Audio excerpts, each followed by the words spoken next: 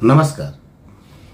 आज मैंने एक साल पहले आज ही की तारीख पर भारतीय संसद में सांसद के रूप में शपथ ली थी। आज एक साल पूर्ण होने पर मैं मेरी दमन दीव की जनता का, मेरे प्राण से भी प्रिय मतदाताओं का और मेरे सहयोगियों का तहे दिल से आभार व्यक्त करता हूँ। आप सभी ने मुझे बहुत ही विश्वास से, बहुत ही आशा और अपेक्षाओं के साथ अपना आशीर्वाद देकर भारतीय संसद में भेजा और मुझे संसद बनाया। मैं जानता हूँ कि आप सभी की बहुत सारी आशाएं, अपेक्षाएं अभी भी पूर्ण नहीं हुई है, पर मैं रात दिन आप सभी की आशा और अपेक्षाओं को पूर्ण करने के लिए रात दिन मेहनत कर रहा हूँ। हाँ, हो सकता है कि इस साल जो मेरे प्रयत्न हुए उनको इतनी सफलता प्राप्त नहीं हुई, मगर बीते वर्ष में मेरे प्रयास रहे और उस प्रयासों का सफलता और उस प्रयासों का निचोड़ और परिणाम इस साल जरूर दिखेगा। बहुत सारे प्रयासों का परिणाम आया है जिस पर हम चर्चा करेंगे। आप सबको विश्वास दिलाता हूं, जब तक आप सबकी हर एक आशा और अपेक्षा पूर्ण नहीं होती तब तक मैं चैन से नहीं बैठूंगा। मैं कहना चाहता हूं कि एक साल बहुत ही संघर्ष में रहा, क्योंकि हम नए थे और मेरी कोई राजकीय पृष्ठभूमि भी नहीं थी, इसलिए समझने के लिए भी समय लगा, पर मेरे प्रयासों में कोई कमी नहीं रही। आप देख रहे होंगे भारत सरकार के विविध मंत्रालय की मुझे बहुत सारे समितियों का काम मिला हुआ है।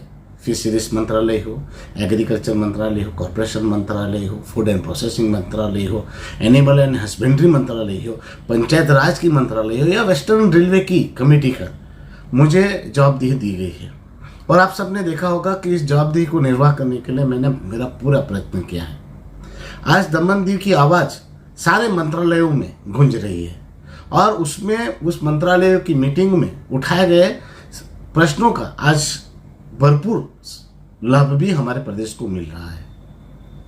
आपको बताऊं, मेरे आगे के सांसद जी ने पूरे एक कार्यकाल में केवल 3 सवाल उठाए थे। उनके कंपेयर में मैंने 52 जितने सवाल पार्लियामेंट में उठाकर प्रदेश के हर एक मुद्दे पर मैंने सवाल उठाए और उस समस्या को संसद की पटल पर रखा। मेरे आगे के सांसद जी ने उनके एक कार्यकाल में सिर्फ 7 डिबेटों में हिस्सा लिया था, मैंने 29 जितने डिबेट में हिस्सा लिया। इवन मैं कहना चाहता हूं बड़े जिम्मेवारी से, गुजरात के 26 सांसदों के कंपेयर में भी मेरे द्वारा डिबेट के मामले में मैंने 26 सांसद को भी पछाड़ा था। आप चाहे तो पोर्टल खंगाल के देखिएगा कि डिबेट की जो चर्चा होती है, मैंने पूरे गुजरात के सांसदों के कंपेयर में भी सबसे ज़्यादा डिबेट में हिस्सा लिया।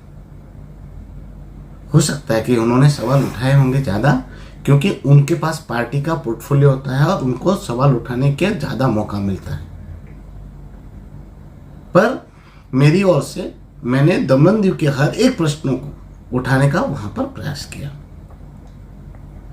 मैं आपको कहना चाहता हूं, मैंने हर स्टैंडिंग कमेटी की मीटिंग में, हर मंत्रालय की मीटिंग में उपस्थिति दी है और हमारे प्रदेश की बातों को वहां रखा है। मैंने पार्लियामेंट के सदस्य बनकर भी हर एक ग्राम सभा में उपस्थिति देने का पूरा प्रयास किया है। अगर मुझे मौका नहीं मिला तो मैं ऑनलाइन आया हूं और दिल्ली में पार्लियामेंट के सेशन के वक्त भी मैंने कहीं ना कहीं समय एडजस्ट कर ऑनलाइन भी मैंने ग्राम सभाएं संबोधित की है। आपने देखा होगा तो एक साल में मैंने दिशा कमेटी की दोनों डिस्ट्रिक्ट की मीटिंग करवाई, दमन में भी और दीव में भी, और अधिकारियों से मैंने भारत सरकार की चलने वाली सारी योजनाओं पर उनसे जानकारी ली और उनसे सवाल जवाब भी किए। मैं आपसे पूछना चाहता हूं, मेरे के पूर्व सांसद ने कभी दिशा कमेटी की मीटिंग करते हुए आपने देखा था? क्या उनको ग्राम सभाओं में रजूआतें, मजबूती से रजूआतें करते हुए आपने देखा था? क्या उनको स्टैंडिंग कमेटी में प्रदेश का नेतृत्व करते हुए आपने देखा था? मैं दमन दीव का पहला सांसद हूं जिन्होंने स्टैंडिंग कमेटी को अपने मत क्षेत्र में लाया और हमारे मछुआरों की जो समस्या थी उनसे उनको रूबरू कराया। उसका फल देखिए कि आज जो मछुआरों को सब्सिडी से वंचित कर दिया गया था, इंजन की खरीदी, बोट की रिपेयरिंग हो या फिर बोट में जो कोल्ड स्टोरेज बनाए जाते थे, वो सब्सिडियां बंद कर दी गई थी, वो फिर से शुरू करवा दी मैंने। आज आपने देखा होगा कि शिक्षकों की भर्ती चालू हुई है। वो क्यों हुई है? क्योंकि मैंने वहां पर पार्लियामेंट में आवाज उठाई थी कि हमारे यहाँ भर्तियां आज भी कम है और युवाओं का रोजगार नहीं मिल रहा है और मैन पावर की कमी की वजह से शिक्षण सहित एजुकेशन से सहित हेल्थ से लेकर सारे विभागों में कार्य भी ठप पड़े हुए हैं। अब एजुकेशन में शिक्षकों की भर्ती शुरू हुई है और धीरे धीरे करके सारे डिपार्टमेंटों की भर्ती एक साल में पूर्ण होंगी।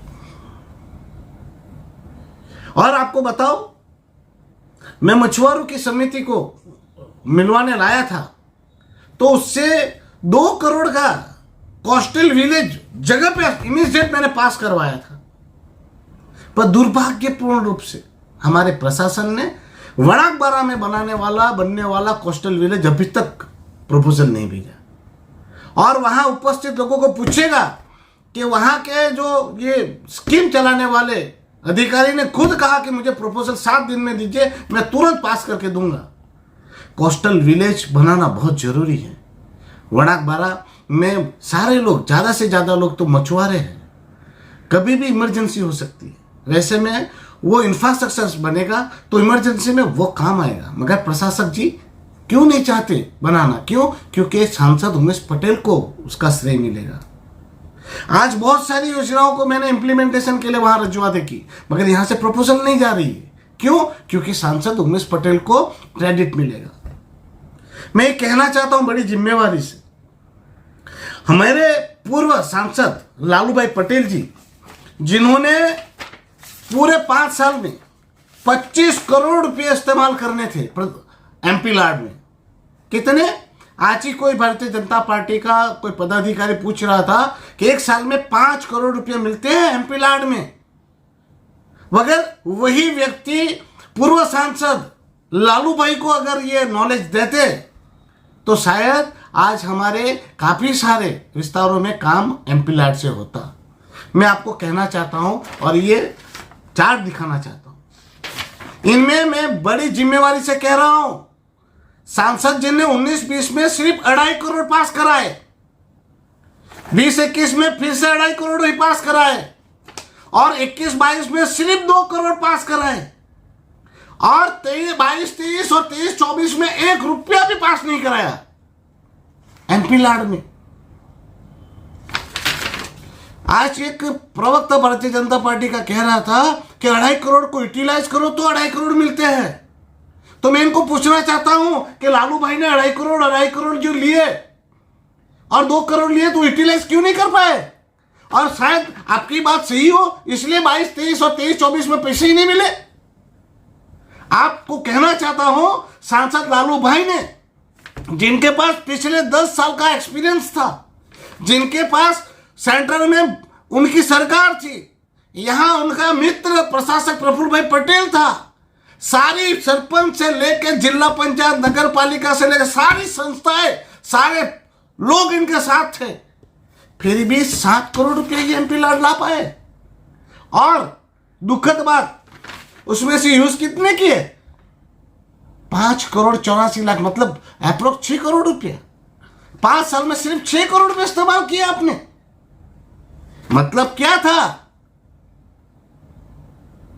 कि आप 25 करोड़ रुपये में से सिर्फ 7 करोड़ ला पाए, उसमें से भी आपने सिर्फ 6 करोड़ ही इस्तेमाल किया। आपको कौन रोक रहा था? और कि भारतीय जनता पार्टी के बुद्धिजीवी को कहना चाहता हूं कि आपने अपने सांसद को क्यों नहीं समझाया था कि किस प्रकार काम करना है। और मेरा रिकॉर्ड देख लीजिए आप, मेरा ये पोर्टल है जिसपे 9,80,00,000 रुपए मैंने एक ही साल में मेरे पोर्टल पे जमा कराए हैं, और जिसमें से मैंने 14 काम मैंने प्रस्तावित किए हैं, जिसमें ये मोटी दमन में जो शमशान भूमि है वहाँ बेंचेस रखने के लिए वो वहाँ के उसका काउंसिलर का बात आई थी, वहाँ पर जो शेड डालना है शमशान भूमि में मोटी दमन में जो नया बनाया जा रहा है उसके लिए मैंने लेटर लिखा है। मैंने पटलारा में जो पटलारा का शमशान भूमि है उनको रिनोवेट करने के लिए वहाँ पर सारी फैसिलिटीज़ क्रिएट करने के लिए भी मैंने प्रस्ताव किया है। मैंने वहाँ पर दलवाड़ा में भी जो शहीद भगत सिंह क्रिकेट ग्राउंड है वहाँ पर स्पोर्ट्स फैसिलिटीज़ के लिए भी वहाँ पर मैंने लेटर लिखा है। मैंने एक एम्बुलेंस दीव के लिए खास करके मांगी है, क्योंकि दीव के लोगों को वहाँ पर बहुत सारी प्रॉब्लम है। और साथ में मैंने ये जो एक गौ माता, हमारे यहाँ गौ माता के लिए एक शेल्टर बनाया हुआ है गौ सेवकों ने, तो उनके लिए भी मैंने एक एनिमल्स के लिए भी एक एम्बुलेंस का मैंने प्रस्ताव रखा है। मैंने जरी टेम्पल मंदिर जो है मोटी दमन का, वहाँ पर भी पानी की, बोरवेल की और वो सारी समस्याओं को मैंने गांव में जब गया था तो बताया था, तो उसकी मांग की है। मैंने जो ये मोटी वाकड़ है, मोटी वाकड़ में क्रिकेट ग्राउंड है, वहाँ जो लैक ऑफ फैसिलिटीज़ है वो सारी फैसिलिटीज़ के लिए भी मैंने प्रस्ताव किया है। मैंने दीव के लोगों ने बताया था कि वड़ाक बाराक से जो स्कूलें ट्रांसफ़र हो गई तो बस की प्रॉब्लम है, तो बस भी मैंने मांग की है। मैंने साथ में ये जो दमन डीएमसी एरिया पंचायत एरिया है उसमें बेंचेस लगाने के लिए मैंने वो लेटर लिखे हैं। मैंने टेकरी फड़िया धुलिया तालाब मोटी दमन में जो कलवर्ट है और कंस्ट्रक्शन के लिए जो बनाने हैं चैम्बर्स वगैरह, वो भी मैंने उनको कहा है, वो भी लेटर लिखा है। मैंने जरी में ही जो रोड है 2-3 वो भी मैंने वहाँ पर लिखे हैं। मैंने टीमा सीरी दीव में जो वहाँ की ड्रेनेज और गटर वगैरह की जो प्रॉब्लम्स है उसके भी लेटर लिखे हैं, प्रस्ताव किया है। मैंने एमपी लाड में ये मारफड़िया का जो रोड है जो 20 साल से बना नहीं है उसका भी मैंने लेटर लिख दिया है और प्रस्ताव कर दिए हैं।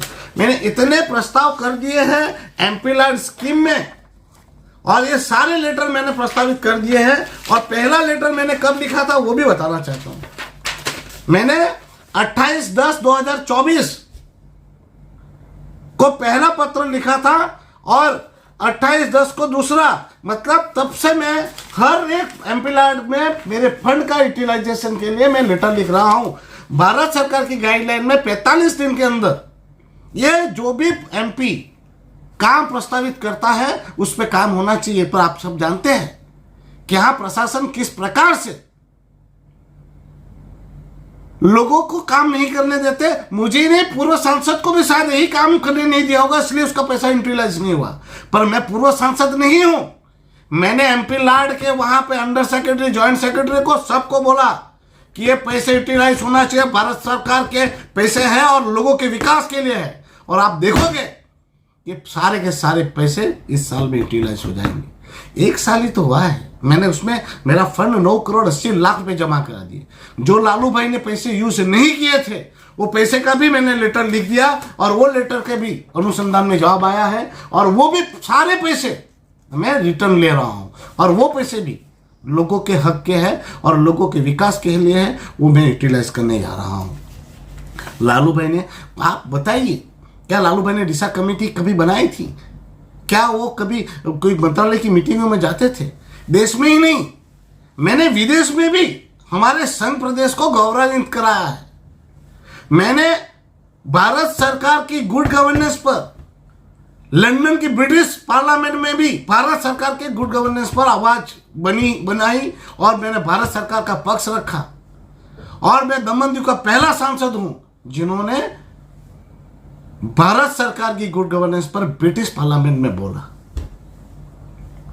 आज 1 साल पूर्ण हो रहा है, तब मैं आप सबको विश्वास दिलाता हूं कि मैं भले नया हूं, पर आप सबका आशीर्वाद मेरे साथ है और मैं भरपूर प्रयास कर रहा हूं कि हर एक आपकी आशाएं, उम्मीदों को पूर्ण करूं।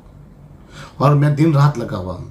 और आपको और कहना चाहता हूं, मैंने बहुत सारी शिकायतें यहाँ के भ्रष्टाचार की भारत सरकार की विविध एजेंसियों में की है, जिसमें 2 जितनी समस्याओं पर सीबीआई की इंक्वायरी चल रही है और एक सीवीसी में भी मैंने फरियाद की थी, जिस पर भी इंक्वायरी शुरू हो गई है। और आप आने वाले दिनों में देखेंगे कि जितने भ्रष्टाचारी हैं, जितने चोर हैं, जितने हमारे लोगों के हक और अधिकार चोरी करके अधिकारी बैठे हैं, वो काका हो या मामा हो, सबको जेल की हवा खाने पर मजबूर होंगे। और जितने भी अधिकारी मनमानी कर रहे हैं, उनका वो नुकसान जरूर भुगतेंगे। और कितने सारों की नौकरी चली जाएगी, वो आप आने वाले दिनों में देखेंगे। बस यही कहना है कि आपका यूं ही आशीर्वाद और प्रेम मुझ पर बनाए रखेगा। मैं आपके लिए ही हूँ और आप लोगों की वजह से ही हूँ, वो भी मैं जानता हूँ। और आप सबका सहयोग के लिए बहुत बहुत आभार, धन्यवाद।